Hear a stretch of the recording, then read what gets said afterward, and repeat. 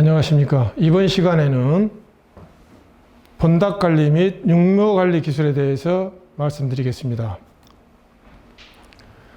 들어가기 전에 고품질 쌀에 대한 개념을 말씀드리면은 쌀알이 투명도와 윤기가 나고 고유한 향기가 있어야 되며 단백질 함량은 낮아야 되고 밥알의 형태가 뚜렷하고 차진 쌀이 고품질 쌀이라고 할 수가 있습니다. 고품질 쌀의 외관 특성으로는 품이라든지 신복백, 그리고 다망색을 띠면서 투명하고 둥근 쌀, 그리고 쌀아기라든지 유백미득이 적으면서 안전미율이 높은 쌀이 고품질 쌀이라고 할 수가 있겠습니다. 고품질 쌀의 목표는 농촌진흥청에서 제시한 단백질 함량은 6.5입니다. 그리고 안전미율이 90%지만은 최고 품질로 쌀로서는 단백질 함량은 6.0 이하, 그리고 안전미율 함량은 96% 이상이 돼야만이 최고 품질 쌀로서 인정을 받을 수가 있습니다. 그리고 품종 혼입률은 10% 이하가 돼야 하겠습니다. 고품질 쌀에 대한 생산상의 문제점을 몇 가지 들겠습니다. 품종하고 재배 기술은 매우 높습니다. 그렇지만 농가에서 실천하는 의지가 매우 좀 미흡하다, 그렇게 설명할 수가 있고, 고품질 쌀의 재배 기술에 농가 간의 차이가 약간 있습니다. 농가 간의 차이가 있기 때문에 결국은 미질 저하를 초래할 수가 있고, 또 수확 후에는 또 건조라든지 저장, 도종 시설들이 많이 개선됐다고 하지만은 아직도 톤백 야적 이런 것들이 있음으로 인해서 상품성을, 안전미율과 상품성을 저하시키고 있습니다. 또한 수매는 품종별로 이루어지나 혼합 도정이 이루어지는 것이 비일비재합니다. 그래서 결국은 고품질 쌀의 의지가 조금 약하다, 이렇게 말씀드릴 수가 있고, 브랜드 쌀의 품질 관리는 매우 높습니다만은 소비자들이 신뢰가 무너졌다가 또 생기기도 합니다. 왜냐하면은 한번 품질이 떨어진 것은 회복하기가 매우 높습니다. 그래서 브랜드 쌀은 균일한 품질을 계속 유통해야 할 것으로 생각이 됩니다. 고품질 쌀의 생산 관련 요인은 쌀은 88번에 손이 가야 된다고 합니다. 이렇게 다양한 요인들이 관여를 합니다. 품종, 육묘 시기, 또 뭐 질소 비료, 또 수확 시기, 뭐 이렇게 여러 가지 요인들이 관여를 하기 때문에 어느 한 부분에서 재배가 실수가 된다면은 고품질 쌀을 생산하기가 상당히 어렵습니다. 그래서 좋은 쌀을 생산하기 위해서는 토양 관리부터 잘 돼야 할 것으로 생각이 됩니다. 고품질 쌀의 핵심 기술은 땅심 높이기부터 품종, 육묘, 적기 이양, 질소 시비 여러 가지가 있습니다만은 이번 파트에는 땅심 높이기와 품종은 앞에 설명을 했고 육묘에 대해서 집중적으로 설명을 드리겠습니다. 벼재배 농가에서 고품질 쌀을 생산하려면은 일단은 두 가지 사안이 매우 중요합니다. 등숙이 잘 돼야 되고요. 현미철 집중을 최대한이 크게 하는 것이 매우 중요하겠습니다. 결국은 가급적 쌀알을 굵게 만드는 건데, 쌀이 이렇게 큰 것하고 비리비하고는 단백질 함량이 약간 차이가 납니다. 단백질 함량이 차이가 나기 때문에 한 논에서 이삭 펴는 시기는 가급적은 시작부터 끝날 때까지 멀지 않아야 됩니다.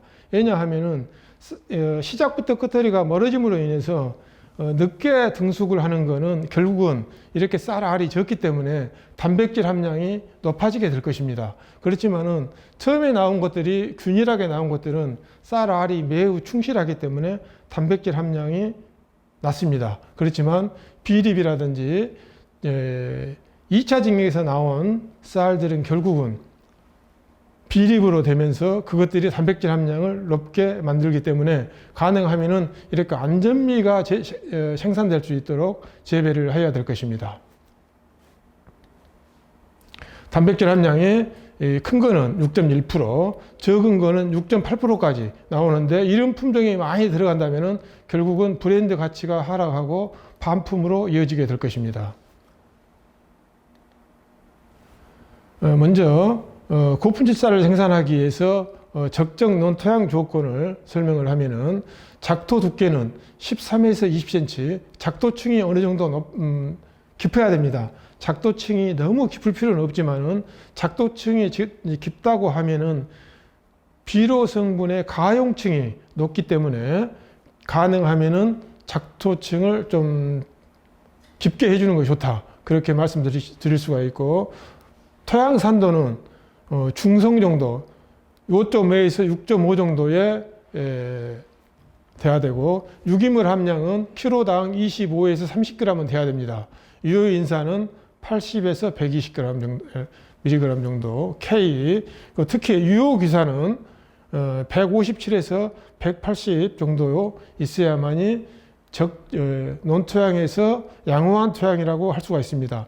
이런 적정 수준의 토양을 중에서 알기 위해서는 흙토람을 이용해서 본인 논의 토양을 알 수가 있으니까 파악을 해서 이런 적정 수준에 근접할 수 있도록 토양 관리를 하는 것이 매우 중요하다고 할 수가 있습니다.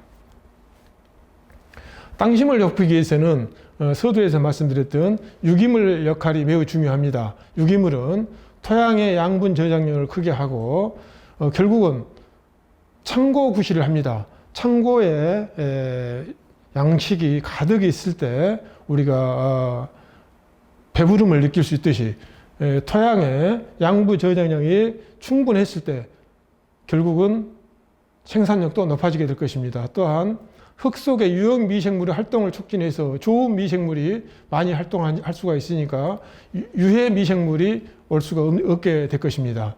또한 다양한 미생물 공생으로서 토양이 약간 안 좋아졌을 때도 빠르게 회복할 수 있는 복원력이 증가할 수가 있습니다.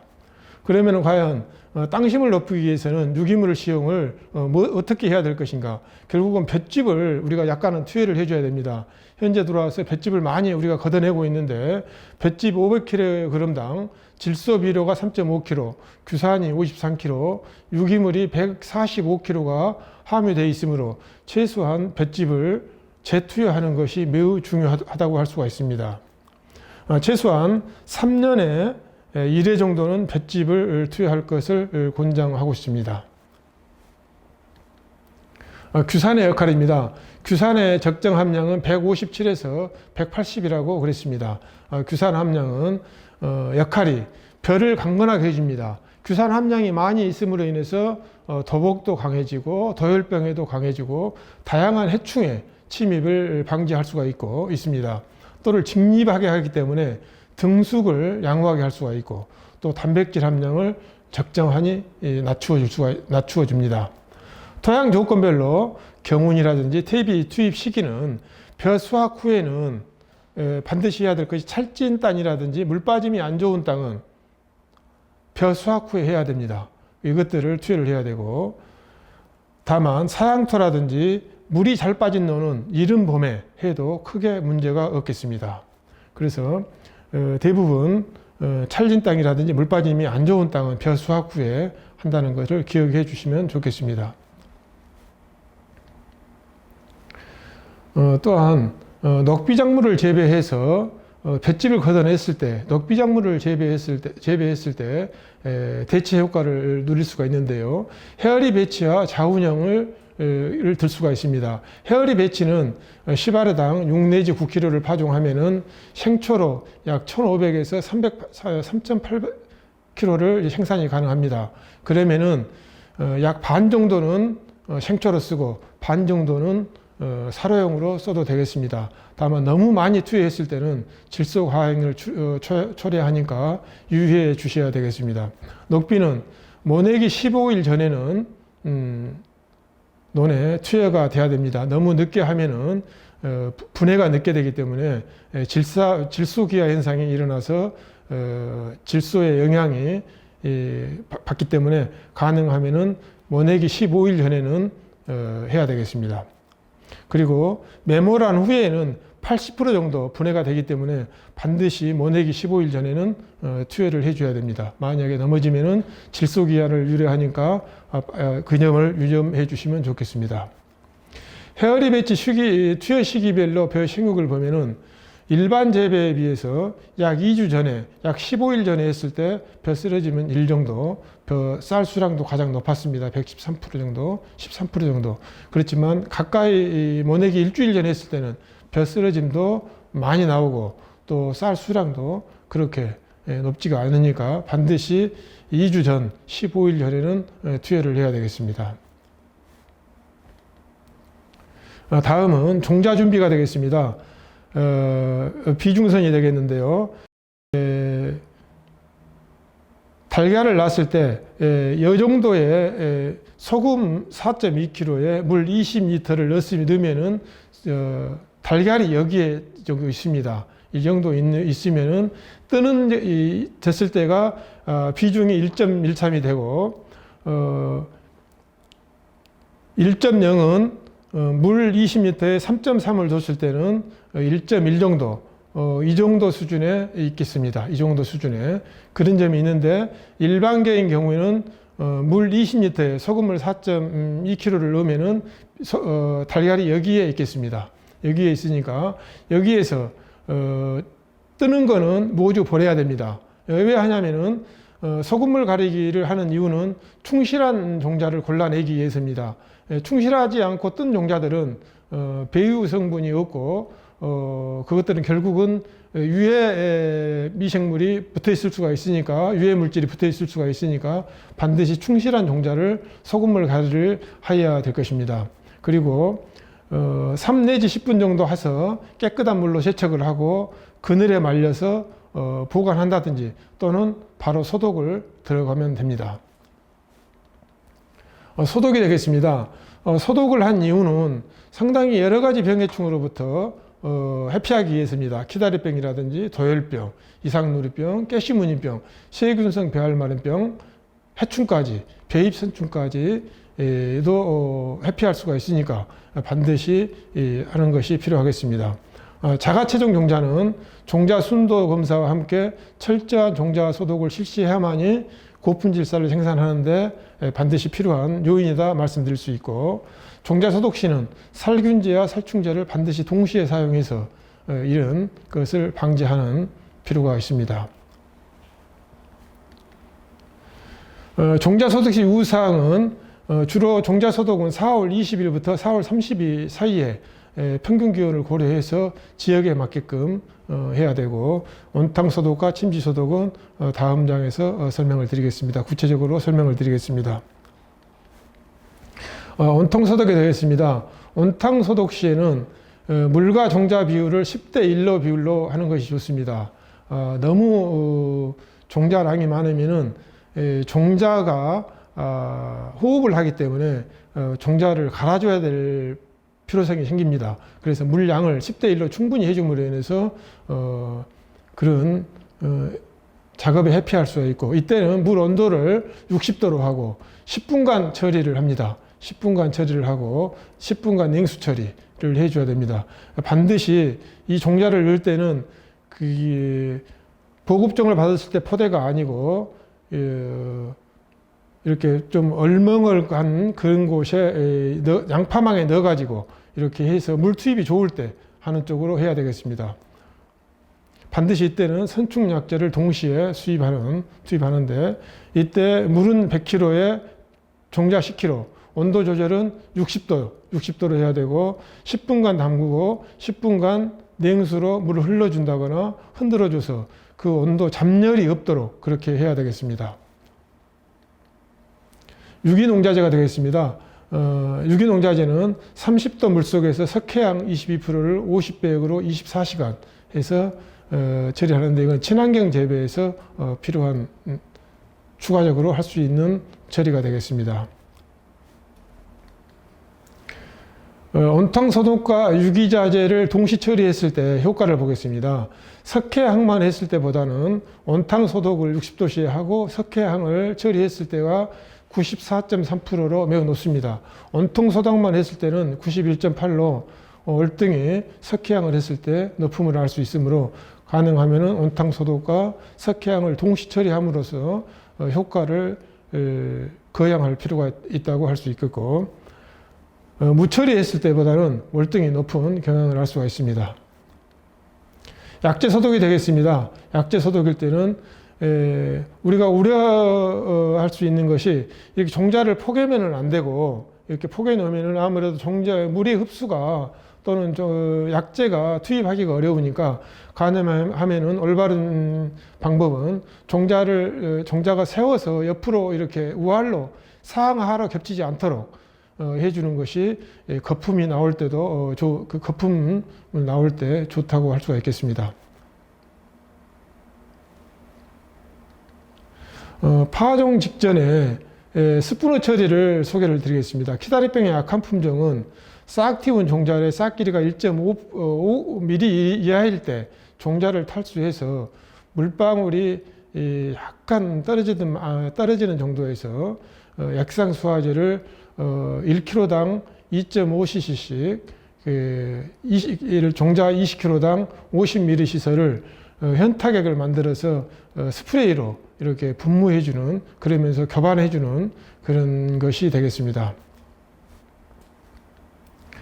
키다리병 검출 정도를 보겠습니다. 키다리병은 온탕 침법을 하고 30도씨에서 24시간 침지 소독을 했을 때 키다리병 검출률이 가장 낮게 나옴을 알 수 있습니다. 그래서 가능하면은 온탕 침법 그리고 30도씨에 24시간 침지 소독을 하는 것이 중요하겠습니다. 결국은 키다리병이 나오면은 멋자리에서는 한두 개가 나오지만은 번답에 가가지고 생장하는 과정에서 죽어버리기 때문에 이거는 이거는 이제 손실로 보면 되시면 됩니다. 그래서 가능하면은 건전물을 육성하여야만이 번답에서도 손실이 생기지 않다고 할 수가 있습니다. 기타 주의사항을 말씀드리면, 종자에 살균제를 추가 사용할 거에는 종자 발화율이 떨어질 수가 있으니까 또 종자 생육이 억제될 수 있음을 아셔야 되겠고, 살충제는 보급종은 처리가 되어 있지 않습니다. 그래서 반드시 살충제를 동시 처리해야 되고, 자가체정 종자는 반드시 보급종과 같은 용기에 담그기를 하지 않은 것이 좋습니다. 왜 그러냐면은 했을 때 보급종에는 건전 용자에, 자가체정 용자에 다른 이병 물질이 내지는 병충해가 병에 잔존물이 들어가 있을 수가 있으므로 2차 감염이 확산될 수가 있습니다. 그래서 반드시 따로따로 하기를 권장을 합니다. 침종이 되겠습니다. 침종은 적산 온도 100도씨가 기준이 되겠습니다. 그래서 온도가 10도씨일 때는 10일을 해야 되고 30도씨에는 3 내지 4일만 해도 됩니다만은 보통 비닐하우스에 넣어줄 때 약 15도씨에서 17도까지도 올라갑니다. 이때는 최소한 6 내지 7일 정도 이렇게 해야 줘야만이 충분한 종자가 물을 흡수하고 침종이 그 다음에 채아에 작업할 때 좋은 채아의 작업이 들어갈 수가 있습니다. 그리고 정체된 물은 침종 초기에는 하루에 1회, 후기에는 약 3 내지 4일 정도 됐을 때는 수온이 올라가면서 또 종자에서 호흡을 하기 때문에 산소를 많이 씁니다. 그래서 종자 물을 그 물을 2, 3회는 하루에 갈아줘야만이 충분한 산소를 흡수하고 발화의 능력을 가질 수가 있습니다. 그래서 반드시 후기에는 3, 4일 될 때는 하루에 2, 3회씩 물을 한 수를 해주시기 바랍니다. 채아입니다. 채아의 길이는 이렇게 너무 길면 안 되고 최대한 싹 길이가 1 내지 2mm 정도, 약간 촉이 틀까 말까 할 정도로 이렇게 하면 됩니다. 그래서 10 내지 12시간 내지 24시간을 채아실에 놓으면은 채아를 할 수가 있습니다. 파종량이 되겠습니다. 어린묘와 치모 중묘인데요. 어린묘는 8 내지 10일 동안 육묘일수록 종자량이 약 한 200g 정도, 치묘는 180g 정도, 중묘는 130g 정도로 되겠고, 상자 수가 약 20개, 치묘는 25개, 중묘는 이렇게 되어 있는데요. 파종량이 130g 정도가 이 정도가 됩니다. 다음 장에서 다시 한번 설명드리겠습니다.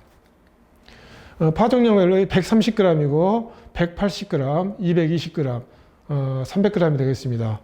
이렇게 돼 있고 총 입수는 130g일 때가 상자에 약 5,000개 정도, 300g이면 11,000개 정도, 건물 중에 성묘수로 여기는 5,000개를 파종했을 때 약 4,400개 정도가 발화가 됩니다.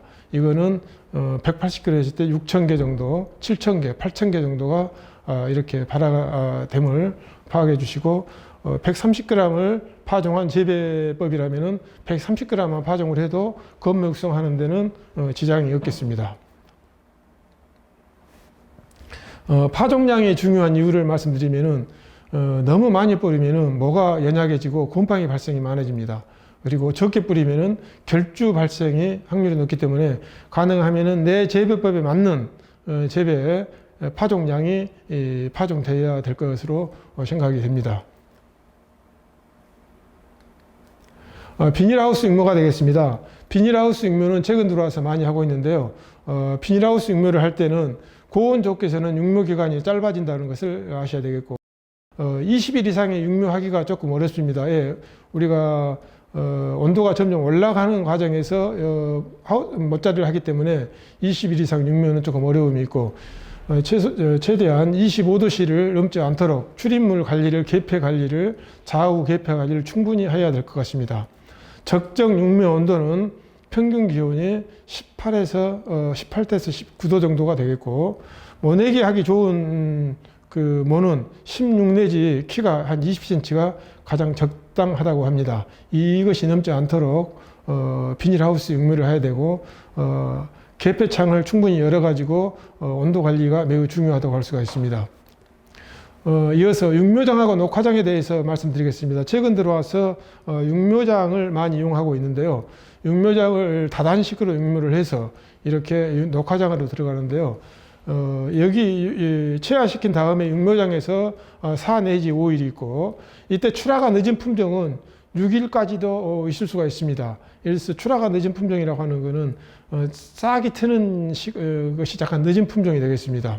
이때 온도는 25도에서 35도가 되겠고 반드시 한낮에는 문을 개방을 해줘야 됩니다. 그래야 고온에 회피할 수가 있고 물 주기는 오전 10시경에 1회 정도 스프레이식으로 분무를 해주면 됩니다.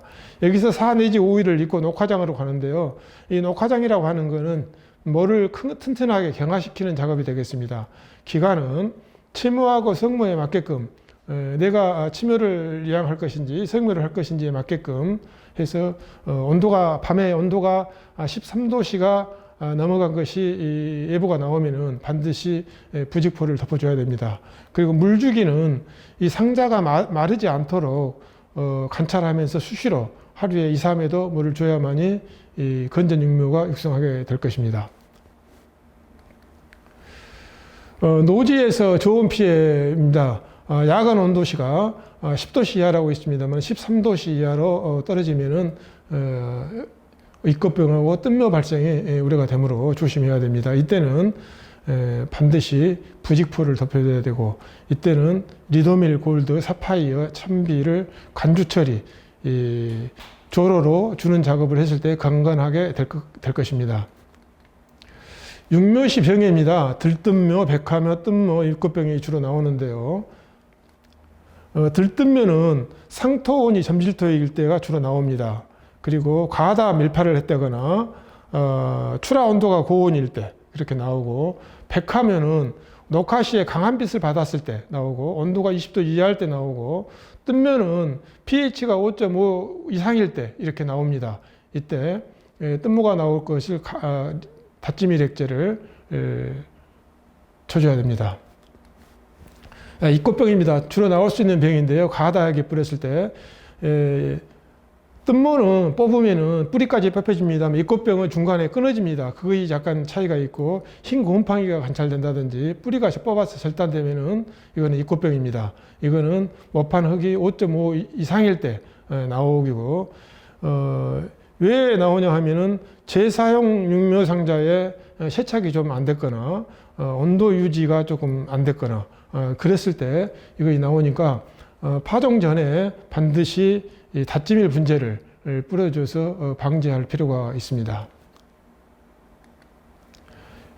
육묘 중에 키다리병이 많이 발생하는 병입니다. 많이 발생하는 병인데 이거는 고품질쌀에서는 미레비티오 2000배에 간주한다든지 또 유기쌀에서는 석향 300배를 간주한다든지 해서 해야 되고 정말 많을 때는 모판을 좀 약간 뽑아줘야 될 필요도 있습니다. 육묘상 처리, 앞에서 말씀드렸던 육묘상 처리에서는 본단 나가기 전에 반드시 상자 처리를 하는데요. 이때는 여러 가지 병도 있지만은 물바구미, ML9 노린재까지도 방지하는 차원에서 해줘야 되겠습니다. 이 장을 마무리하면서 말씀드리면은 고품질 쌀에 이해하고 생산 조건을 우리 좀 숙지를 해야 될 것 같습니다. 그리고 고품질 쌀을 생산할 때 핵심 기술로서 본장에서는 땅심이라든지 품종에 대해서 주로 말씀을 드렸고, 다음 장에서는 적기 이양부터 적기 수확까지 설명을 드리겠고, 종자소독이라든지 키다리병 방제 요령을 숙지하셔서 이런 병이 안 나오도록 하셔야 될 것 같습니다. 특히 육묘시 발생하는 병해 등을 충분히 이해하셔서 건전모가 멋자리 농사가 반농사라는 것을 이해하시면 좋겠습니다. 이상으로서 2장을 마치겠습니다. 감사합니다.